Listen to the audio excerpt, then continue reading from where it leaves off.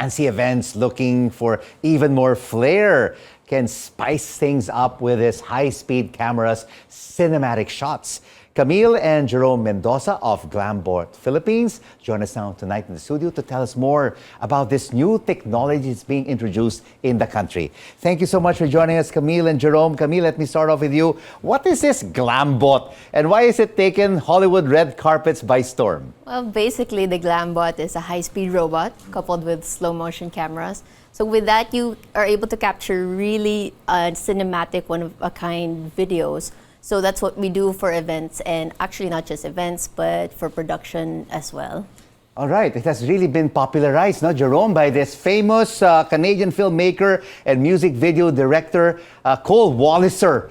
So has that popularity in Hollywood, in the red carpets of major award ceremonies, also been transmitted to the Philippines? Yes, very much. Actually, most of our existing clients were actually looking for the service from us initially, since we were already in the photo and video industry.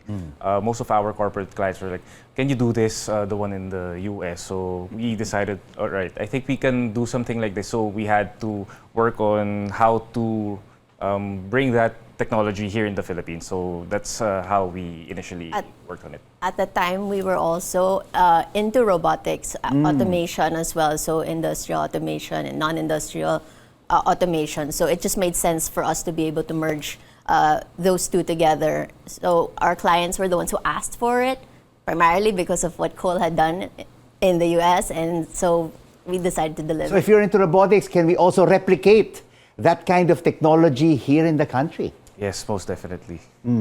And taking a look at how Cole handles it, no? I mean, on his social media accounts, is it operating it as easy as it seems when he does it? Actually, it involves a very intricate team.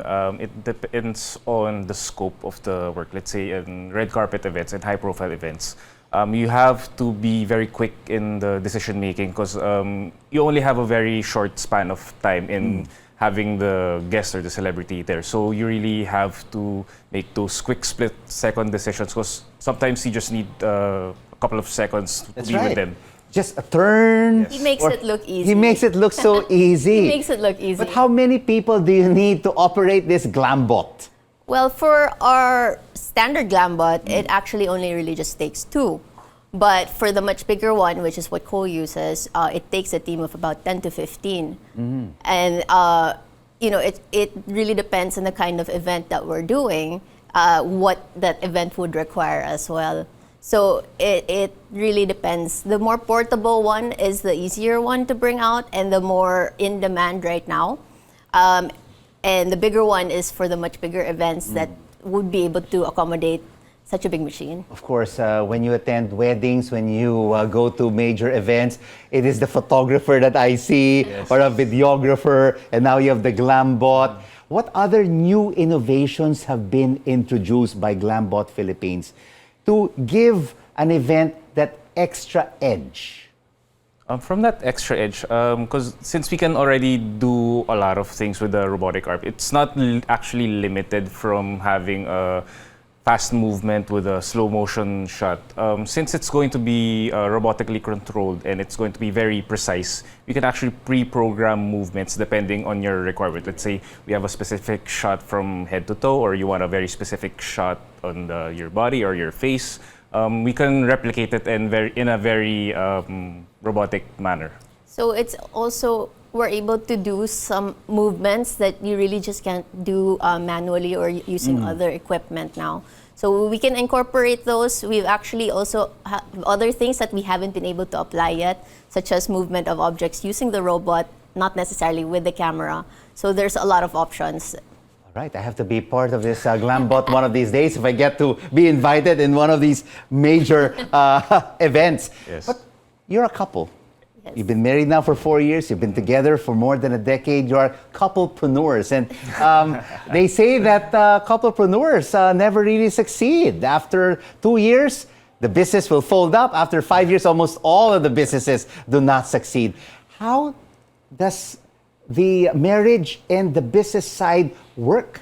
We've actually been together for 14 years, 14 or so years. So we we went to college together and we started out really just as friends, but we've always worked well together. So from there, from friends to more than friends. And then even before we got married, we started getting into small businesses here and there until we finally found the one that felt right for us. So it works for us because a lot of, let's say, my strengths or weaknesses are complemented by his. We're used to working together. We work well together. So it's not new for us to really just do that. So, Jerome, what have you learned from Camille in business? In business, you have to be very patient. I think Do you bring your problems in the office to the home? actually, that's one thing that you should keep out of the house. All problems, you can fight all you want, you can have all the problems that you want, but as long as once you go inside the house, problems should be left out the door. And what about you, Camille? What have you learned from Jerome about business? Actually, when he mentioned patience, it's more him than me, so I learned that from him as well. But he's also really good with sales. It's something that I don't have experience with, and he's really good at that, so I leave that mostly up to him. And what kind of tips can you give couples who are watching us right now, who are starting a business, to have a successful marriage and business relationship all in one? Actually, for me, what worked for us, you really need to talk things through. Don't decide on your own. You have to talk to your partner, keep an open relationship, and everything that you have to decide, run it by your partner. And what do you do to unplug, relax, and unwind after a busy week? Or do you both still work on weekends, especially with a lot of events taking place now, not only on Saturdays and Sundays, but from Monday to Sunday? Well, to be quite honest, we don't have weekdays or weekends. They're all the same to us. So what we do to unplug, we do like to travel when we get the small periods of time to, and that's where we're able to unplug. We also have a great team behind us, so we're able to leave the work to them when we have to take a step back and unwind. All right, basically Glambot is the talk of the town, just like artificial intelligence. Yes. Do you think there will be other technologies beyond Glambot that will make its mark? I think basing it on artificial intelligence, maybe soon there will be some sort of integration of artificial intelligence and robotics. Maybe that can be translated also into film and video production. From now we see, like, let's say, artificial intelligence in photography.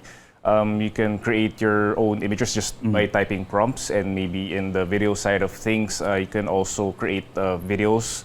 It depends on how you look at it. It can be used in a good setting, or it can also be bad. So if we using it responsibly, then I don't think we should have any problem. But most definitely, we see an integration of AI in film and in photography, and we're keeping our eyes open for what that might look like later on. Congratulations on the success of Glambot Philippines, and thank you so much for joining us on The Final Word. Camille and Jerome Mendoza, the owners of Glambot Philippines. Thank you. Thank you so much.